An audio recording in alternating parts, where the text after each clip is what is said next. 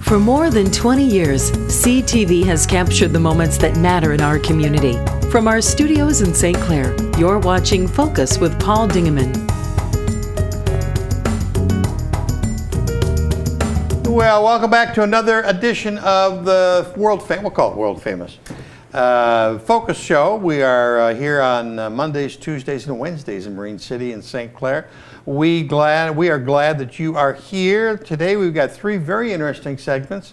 A couple coming out of Marine City and one coming out of Port Huron. Stay tuned, you'll find out. Let's begin with our friends from the Riverbank Theater, Mr. Aaron Dennis Smith, and he brought along Catherine Guck. That's not an Irish name. No, That's it's actually Polish. Polish name. That's a cute name. You guys are normally dressed like this all the time because you're in a play called The Drowsy Chaperone. Yes, we Welcome back, sir. Thank you, Nice to sir. see It's you. good to be here. This is new too, isn't it? Yes. The mustache? That's That's part of normally I have a little bit all over, but Yeah. for this show we have to be, Latin, so you have to have the mustache. Talk to me about The Drowsy Chaperone. Oh, it's a riot. It is an absolute blast. It all takes place in this Man in Chair's apartment, and Man in Chair is a musical theater aficionado. Okay, and he loves to put on records, the big albums that people used to have. He puts on records on his record player, and these shows come to life in his apartment. And so his favorite musical is The Drowsy Chaperone. Okay. No one's ever heard of it because it's not a real musical. Right. But he puts the record on, and we all come to life in his little apartment, and it's just a riot. 1920s style music. Oh, beautiful. Very corny plot interwoven in, and it's really about the man in chair and what he's telling the audience is happening. Is it a big cast? About 14. Oh, that's pretty good. It's And you got music? Yep, we have a live pit orchestra. Yeah. That's very good. Yes. And Catherine, your role is chaperone. How does that fit in? I am the chaperone. I am actually the chaperone to Janet Van de Graaff, who is the ingenue in The Drowsy Chaperone, or the play within the play. And I am pretty much intoxicated the entire time. So that's the fun of that character. But she is a famous star of her own, and reaching the latter part of her career, and now she is mentoring, I would call it, the latest up-and-coming ingenue who's about to get married. So she's working as her chaperone. So tell us about yourself. Have you been in a lot of plays? We've seen this young man many times. Yes. Actually, I live here in St. Clair County in East China. I did my undergrad. I was a music major and a theater minor, but I haven't been on the stage in quite a long time in a theater production. I sing often and do a lot of different performances singing, and did a lot when I was younger, but have spent some time raising my kids and my family here locally and what working a wonderful venue real to come job, back and re-enter your life of the theater in the Riverbank and the Snug. Thank you. I'm really excited that I've enjoyed going to the performances in the Riverbank and love being part of the community here on the river, and the theater has really become a new family to us. So I'm very excited to be part of it. We're glad to have you. What kinds of things do you sing in? Opera or? I studied opera. My undergraduate degree is in opera, but really everything. I have ADD when it comes to music. I like a lot of different that's a nice genres. ADD. That's a nice ADD. Everything from singing in a wedding band to jazz music to musical theater and opera. I love it all. Good for so you. I just have a ball doing it. And Aaron's been fantastic to work with. He's a wonderful director, and he's doing 2 different roles in this. He's not only starring in the musical, but he's also directing, and he's been fantastic to work with and been really helping grow my abilities as an actor as well as a singer. So it's been great. I'll pay you later. Okay. Having those 2 roles, how do you yell at yourself? Well, I record the rehearsals on my computer, and then I go home and watch it, and I'm like, what the heck am I doing there? But it really helps. In this business, you kind of have to learn to be your own critic, and fine tune the things that you want to tweak, and you can't be shy about watching yourself or listening to yourself sing, or you just have to get over it. I don't know. I'm not very shy. So. I mean, normally you see a director sitting out in the audience with a little clipboard. Well, yeah, I do a little of that. When I'm not on the stage, I'm out there taking notes. And then I'm concerned if you're on the stage, how do you take those little notes? It's the videotape. The videotaping, yeah. I video it, and I listen to other people that might be walking in the audience that are, watching that night or whatever. Right. And I say, well, did that look all right? What do we need to do here? And so it works. Oh, this is quite an effect you have in your hair there. Oh, yeah, thank It's you. foreshadowing of your future. There you go. Yeah. No, Adolfo's a crazy character, and what's cool about this show is that the man in chair, tells little side stories about the actors playing these characters in this show. And my actor name is Roman Bartelli, who was a silent film star, and he's not supposed to be really that good of an actor. I don't know if that says anything about me, but he's not very good, and so he just goes over the top with this Hispanic, Spanish kind of stereotype, and it's just a riot. It's so much fun to play. Jared in the control room has a picture of the whole cast. Sure, Throw that up, and you can tell us about that. Do you find it there? Somewhere. We'll find it. There it is. There it right is. There. So how many? There's everybody. You said there's 14 people. So what are the different characters? Okay, the man sitting Catherine's kind of sitting on the armchair next to him, but that's Jeff Padu. He's playing the man in chair. Okay. He's kind of the lead. There's the record player, which is also a character in this show, really. And then in the back row we have Gary Gray as Mr. Feldzig. My wife Brittany Smith is playing Kitty. And then we have the two gangsters who pose as pastry chefs. That's why they're wearing the white coats. That's Joey Carrier and Grayson Kennedy. And then in the back we have Matt Syadak, who's playing the superintendent. He's also acting as our stage manager. Okay. He's also one of the reporters in the show. Then we have Randy Skatarczyk playing the butler underling. Okay. And then Aaron Buckley in the back. He is George, who is Robert, who is next to him in the back row. That's the bridegroom. He's his best friend. And then Mrs. Tottendale is Christy Kreidler. She's been on our stage in lots of shows. And then Anita Newby there. She's playing Trix, the aviatrix, who flies us to Rio so we can get married and all at the end. And then on the end there is Amanda Ray Evans, and she's playing Janet Van de Graaff. And she's an Oakland University grad and in musical theater and very talented. The whole cast is just so talented. Next picture is of two people. Well, there we are. My golly. There we are. You have the same clothes on then? Yes, yes. That's amazing.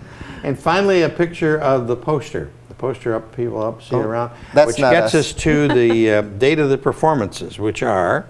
That's not our poster, but... Oh, it isn't? Well, it was a nice poster. I like the poster. I don't know what that is, but we open this weekend, tomorrow night, September 9th, and we run this weekend. Next weekend, we have 5 shows, Thursday night, Friday night, 2 on Saturday, 3 o'clock an evening show, and then Sunday matinee.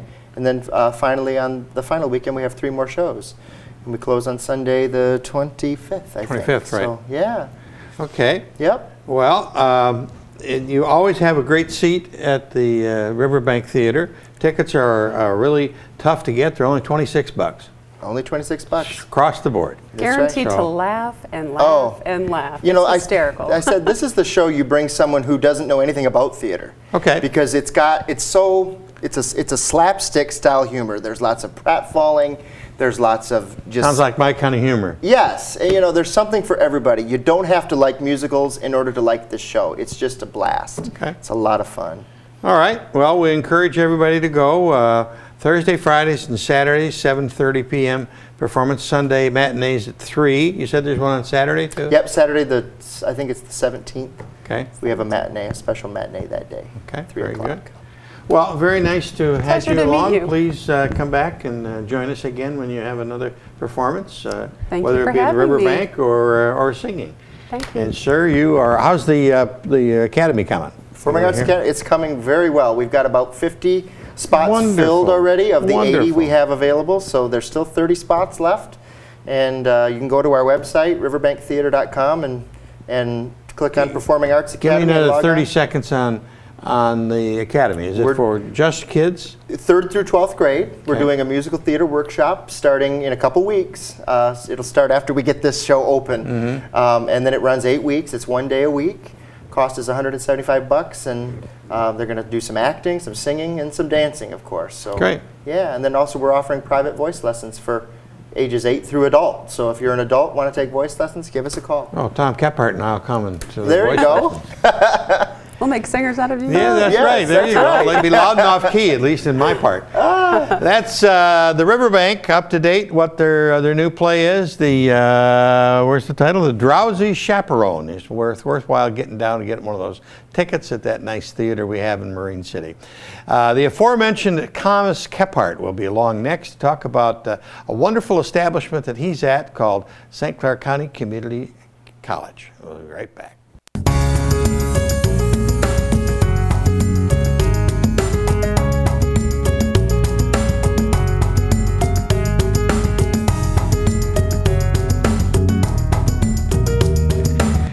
We're back with a friend and a face that you remember from CTV, Mr. Thomas Kephart. Nice to see you. Welcome back, sir. Thank you, Paul. You were here for many, many years as a host of many different things, soccer and pen and stage. We did that for a while, and some football, and then you went on to bigger and better things, and we've lost your talents. Well, other things anyway. Okay. Yeah. Other things. Yeah. Welcome. You are now and have been for a number of years with St. Clair County Community College. Yes. Wonderful establishment in our county. Yes. And you have a position of? I am now the Director of Recruitment, Career and Testing Services. Okay. So with That's that a job, big door. Yeah, it is. Yeah. It's double wide. Yeah. Career. That's and the testing idea. services. Yeah. So I'm responsible for trying to get the message out about our community college and why it's a good place to start. We've just recently started a new advertising, I guess, or marketing campaign with the idea that you can start here and then go anywhere. I like that line. That's a great line. Trying to let people know that the credits that you take at SC4 at your local community college do transfer. We do some planning. We make sure where a student is interested in going, and then and we try to work out things that are going to work well for them. Almost every school in the state, public school, and most of the private ones as well, the four-year schools, are going to have you take a basic, about 1 year, 30 credits worth of general education. In Michigan now there's a program called the Michigan Transfer Agreement, that if you take those 30 credits anywhere else in the state, usually at a community college, it guarantees that it will transfer and take care of your general education. That was always a major problem. Yeah. People were really concerned about that. They would get to Ishpeming State College and none of their stuff in the community college would transfer. Right. Right. So that's been solved. That's wonderful. It has. It's certainly simplified it. The legislature in 2014 passed a law that there used to be a program called the Macro Agreement, and it was more of an informal, so schools would add and subtract, and so you weren't absolutely sure that the macro, if you did that at SC4, that was going to work 100%. But the idea with the MTA was to eliminate those exceptions, and so if you spend a year at SC4 and get those done, they're going to transfer to other places. You transfer, you're a sophomore, and the best part is you're being taught by experienced faculty, in some cases more experienced than what you'd get if you go away, because you get a lot of first-year instructors teaching those classes at a four-year school, whereas we've got people who've been teaching for 10 to 25 years teaching them here. And on top of that, you might save as much as 75% for that 1 year. Hold it. Go back on that. 75%? As much as 75%.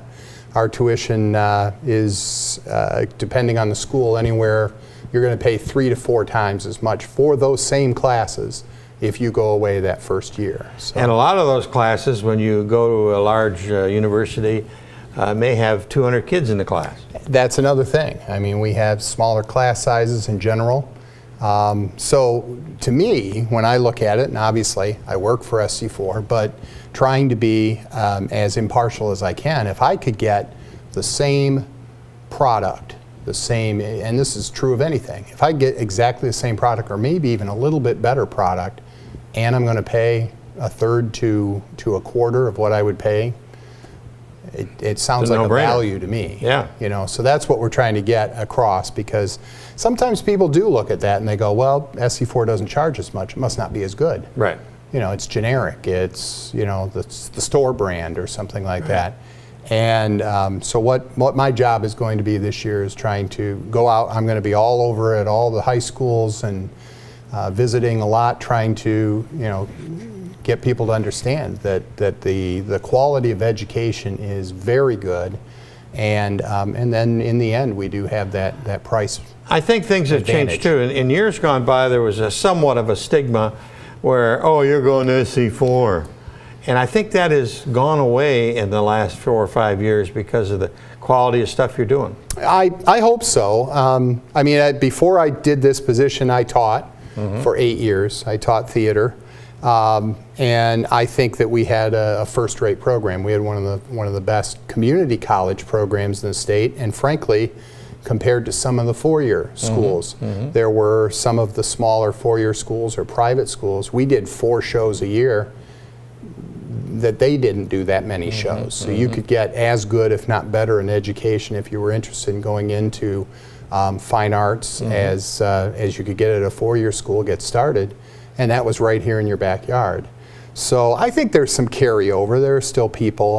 I follow on Twitter and social media. I see what people say about not just SC4, but all community colleges. And it's interesting because there are a lot of students who, with the school year just starting, you know, they're tweeting, oh, you know, I had to go to community college, you know, it's not as good.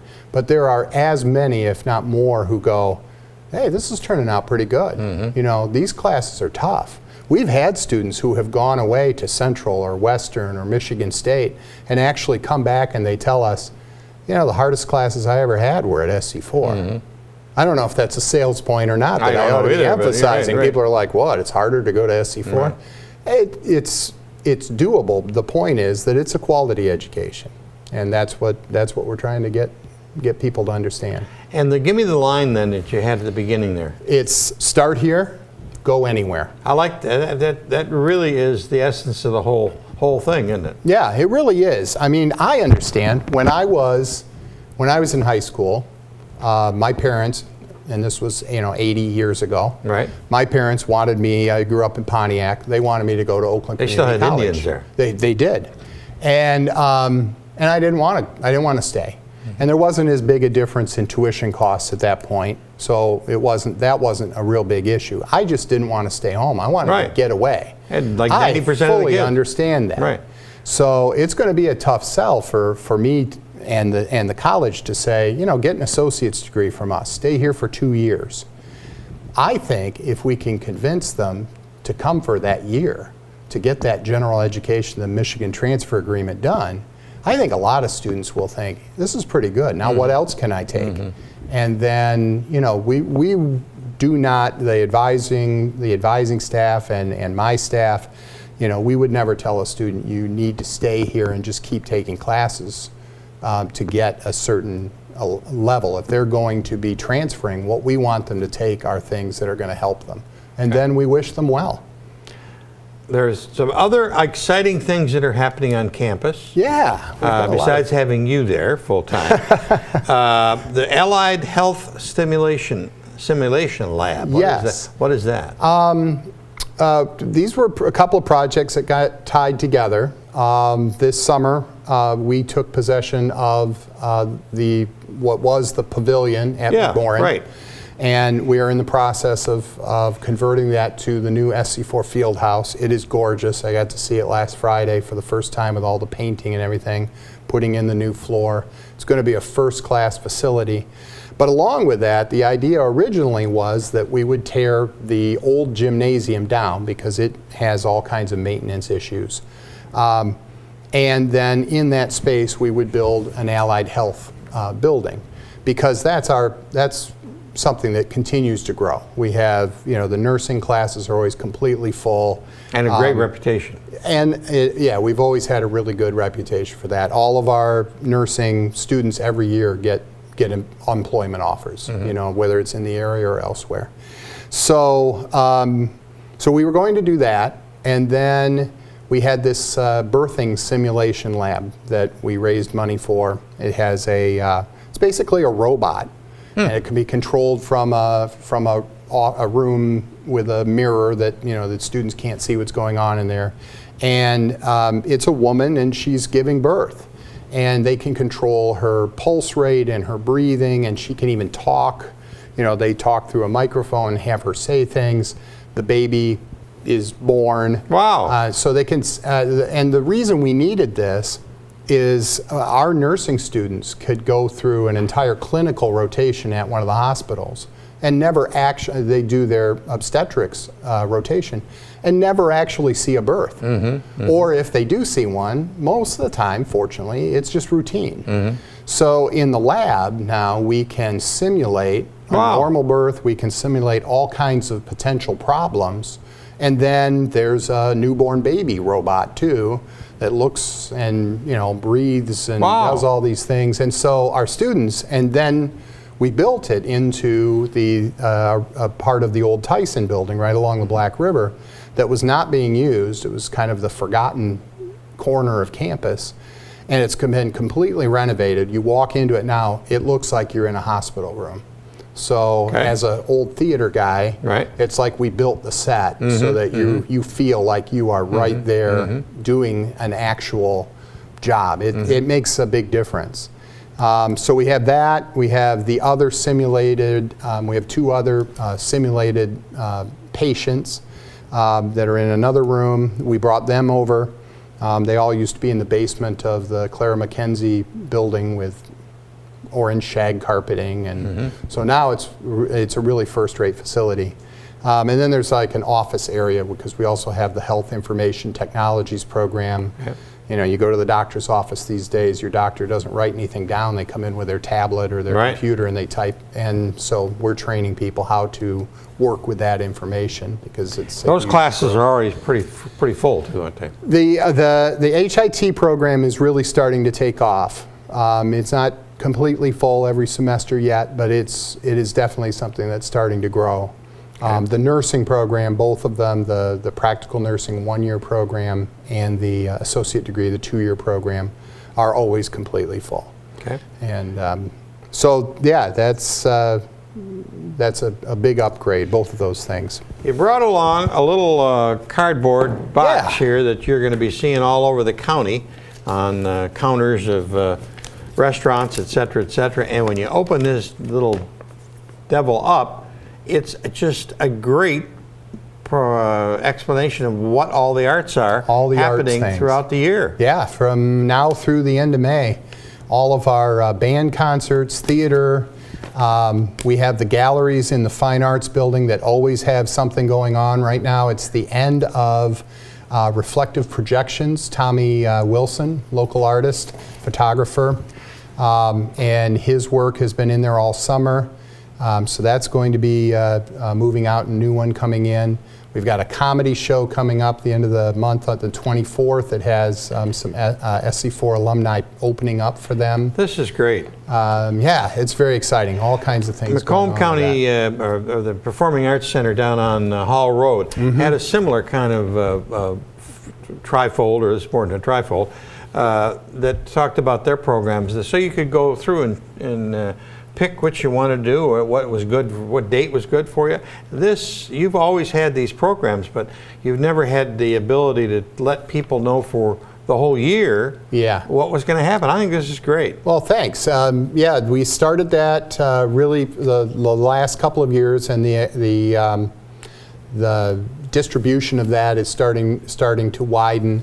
A lot of different people involved in that. Celeste Skalnick has been our director of that for the last couple of years. Really gave us a focus for that, and so that's really started to make a difference. There's something for everybody. All kinds of music with the noon and night concerts. And most of them are free. And a lot some of them got a little nominal charge. Yeah, the plays were usually $7. Oh my God! Which is pretty reasonable. Yes. Of course, you're watching students who are learning how to do this. But I was always very proud of what we did. And the concerts, a lot of them, the Thursday ones are free. and some of the others that we bring in, you know, maybe it's $15, $20, $25 to come see them. Is this information also available on the college website? It is. And that would be? It is sc4.edu. Arts is specifically, you put the / and add arts. Athletics, we add athletics. But all of it's right there, on the front page of the website as well. One of the things that you'll be very busy at is College Night. Talk to me about that. College Night will be coming up the beginning of October, Tuesday, October 4th. That's a big night where we get usually several dozen, 30 to 40 colleges will be there. The representatives of the armed forces, the military recruiters are usually there. And so that's everything from Michigan and Michigan State, the two biggest schools, right down to some of the smaller private four-year schools that specialize in, you know, specific fields. So we usually have a really good turnout for that. A lot of colleges there, and they can answer your questions about their colleges, and we do some information sessions as well about SC4 that evening. Parents are so concerned about where their child is going to go, and this gives them an opportunity to at least meet somebody, not looking at the web page. They can hold their hand out and shake hands with somebody who knows something about that institution. Yeah, I mean, obviously the internet and being able to distribute information that way has changed. You know, it's easy to get that information quickly if you do the research. A lot of students don't even do that much, though.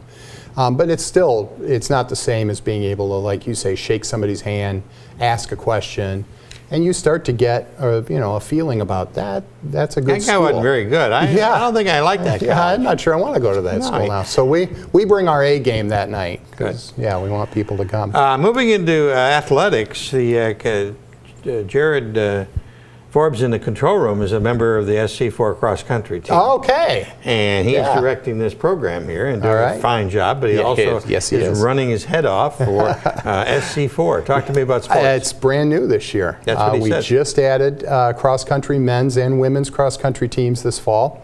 He got a full ride scholarship plus a car and full insurance benefits. I'm going to have to check on that. I don't think that was the whole deal. But, it's a different there are some scholarships for it. For some of for all the sports, they have, you know, just like any college athletic program. Not all of the athletes are scholarship athletes. But it helps. But yeah, it does. Everybody gets something toward toward the tuition, which, as we've already established, is a pretty good deal to begin with.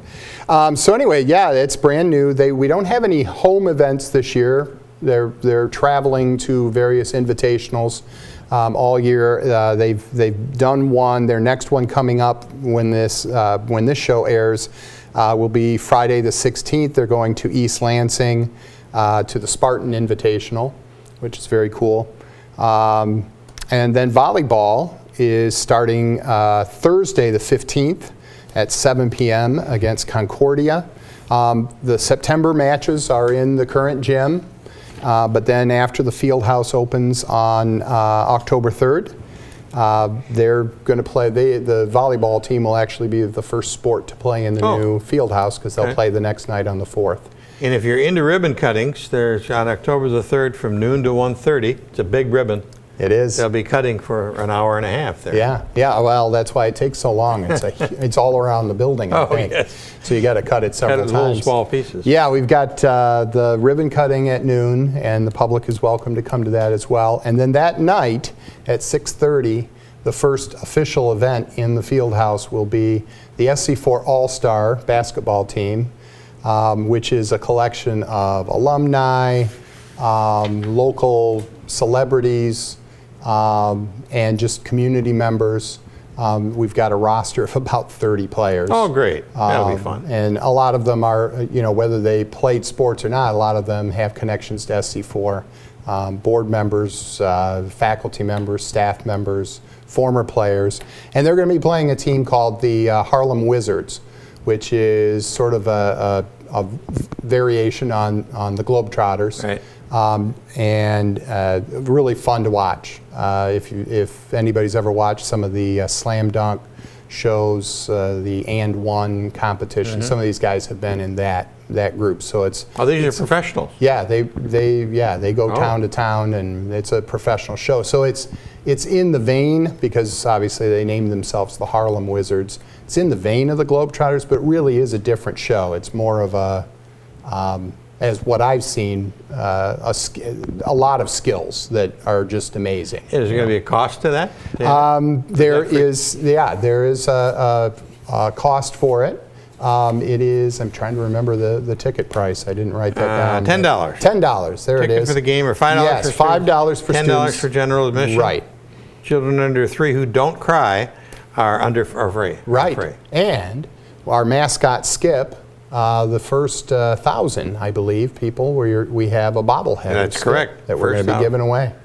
So that's going to be kind of fun to have. And the date on that is October That the 3rd. is October the 3rd, Monday. So ribbon cutting at noon, and the basketball game, the doors open at 5:30. The game starts at 6:30. As you progress this fall, why don't you come back and give us an update on what's happening, and I would be happy to. Where you're at in recruiting, and Yeah. because you have the same thing happen in January, right? Yes. Yeah. Actually, we're starting a little earlier just because I want to start earlier. But also, there's some changes with financial aid this year. You can start doing the financial aid form in October with the same year, the 2015 taxes. So we're going to be explaining that, to traveling around, telling people about that. And then we'll do it. Scary and confusing for parents. It can be. They have tried to make it a little easier this year. So hopefully we can get that message out too. And then, like you say, we'll be doing the same thing in January with the traditional time that we do that. Thomas Kephart, always a pleasure. Glad to have you back thank you very much. at the CTV studios. One of the builders of CTV has moved on to bigger and wonderful things for the youth of St. Clair County. We're back with information about Heritage Days coming up in just next weekend here in Marine City in just a second.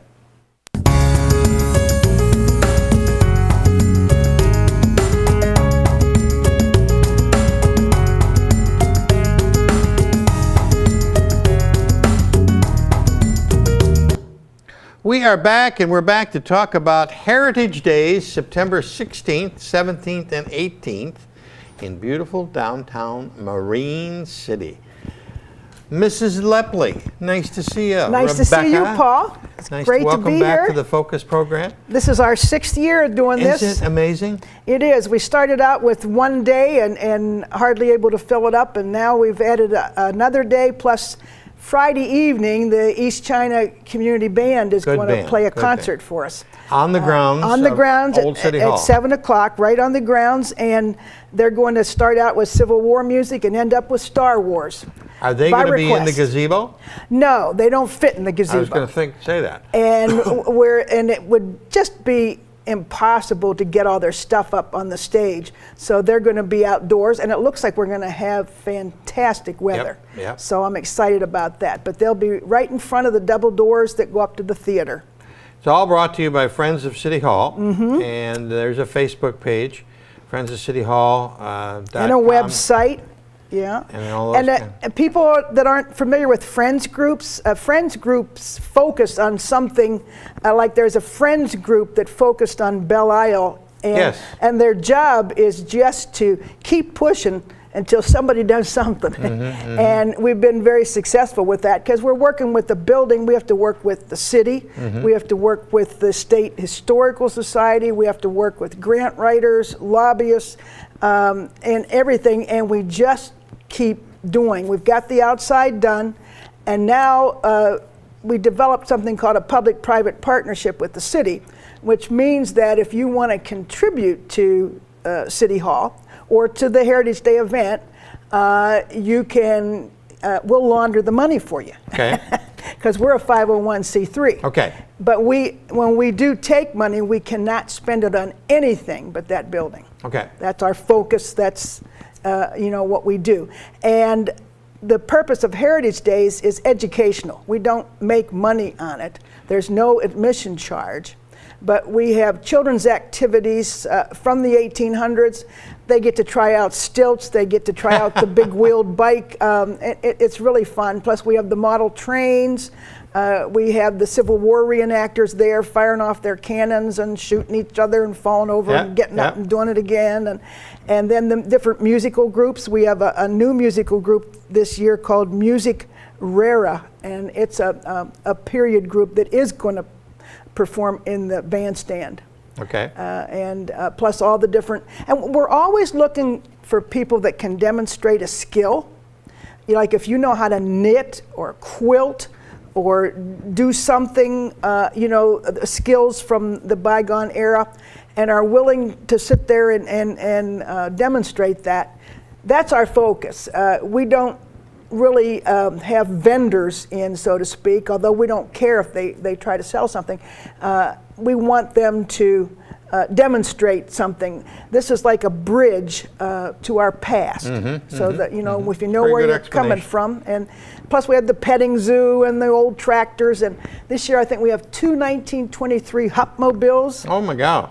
And some different things on display, and rope makers and so forth and so on. So, and then we do tours of the building too. And you do tours. I learned something this year. I knew that our building was Richardson Romanesque, which is a style of architecture.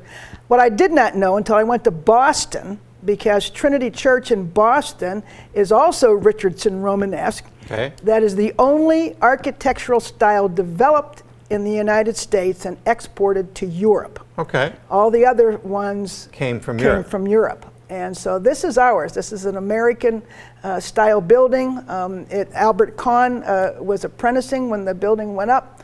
And it's just been amazing. What year did it go up? 1884. They put up around 50 of these municipal buildings in this style. And Port Huron City Hall was one of them, but it burned down.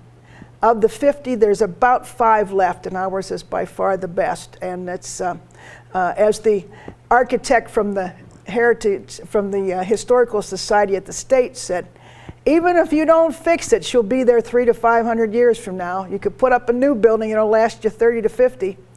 But this one is amazing. At the time when they were built, you said there was how many? About 50 of these municipal buildings were put up in the state of Michigan. Oh, in the state of Michigan only? Yeah. There's about 5 left. Did they get support from the state government or the federal government or anything to build them, or each municipality built them themselves? I think each municipality had to do it. I mean, this is the architectural group, Mason and Rice, that did the Grand Hotel and the casino in Belle Isle, the Gem Theater, 5 buildings at the U of M campus, and one of the Ford buildings, and the Masonic Temple. I mean, the list goes on and on. They were very, very busy from about 1870 up into around probably 1930. Wow. And just, amazing buildings that they put together. And we're lucky enough to have one. And for a while, we didn't know what we had, and we didn't take care of her, but she just smiled. She just smiled. I'll be patient. And because I know your job is stressful, I have to show you what we're going to be selling at this. When we were down in Ohio, we ran into a group of Amish, and this will fix what ails you.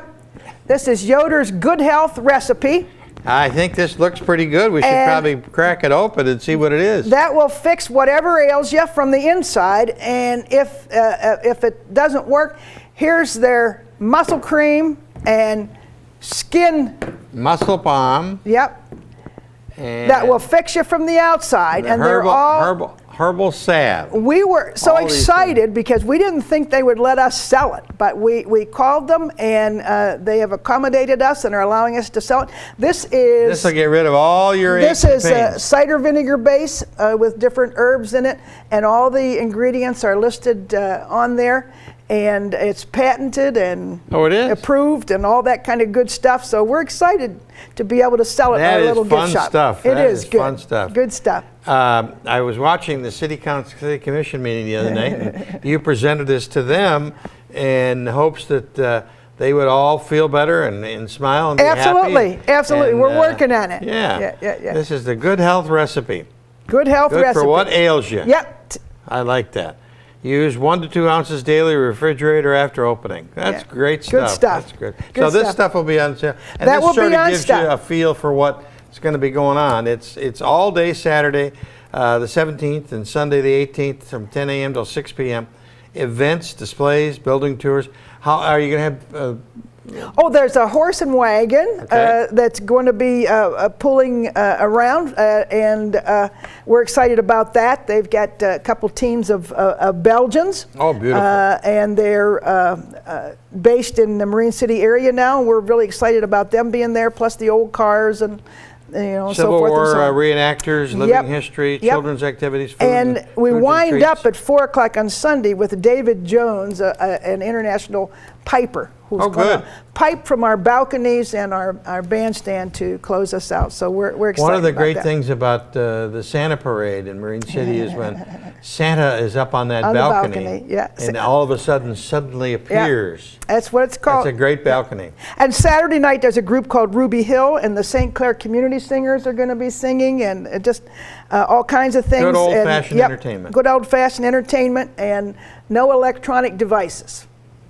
Well, there'll be a lot of people with cell phones, but Yeah. Oh, of course. Well, we're not stopping them, but everything that we do is not electronic. thank you for all It's you fun. do for your community. Thank you, Paul, for all you work do. very hard, and we'll have to get right into this lecture Absolutely. pretty soon here. Yeah.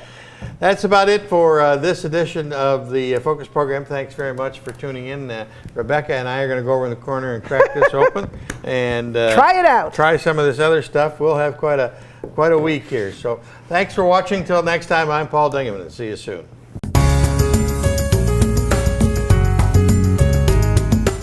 Thanks for watching Focus with Paul Dingeman. Focus is produced at the CTV Community Television Studios in St. Clair. For over 20 years, CTV has captured the moments that matter to our community.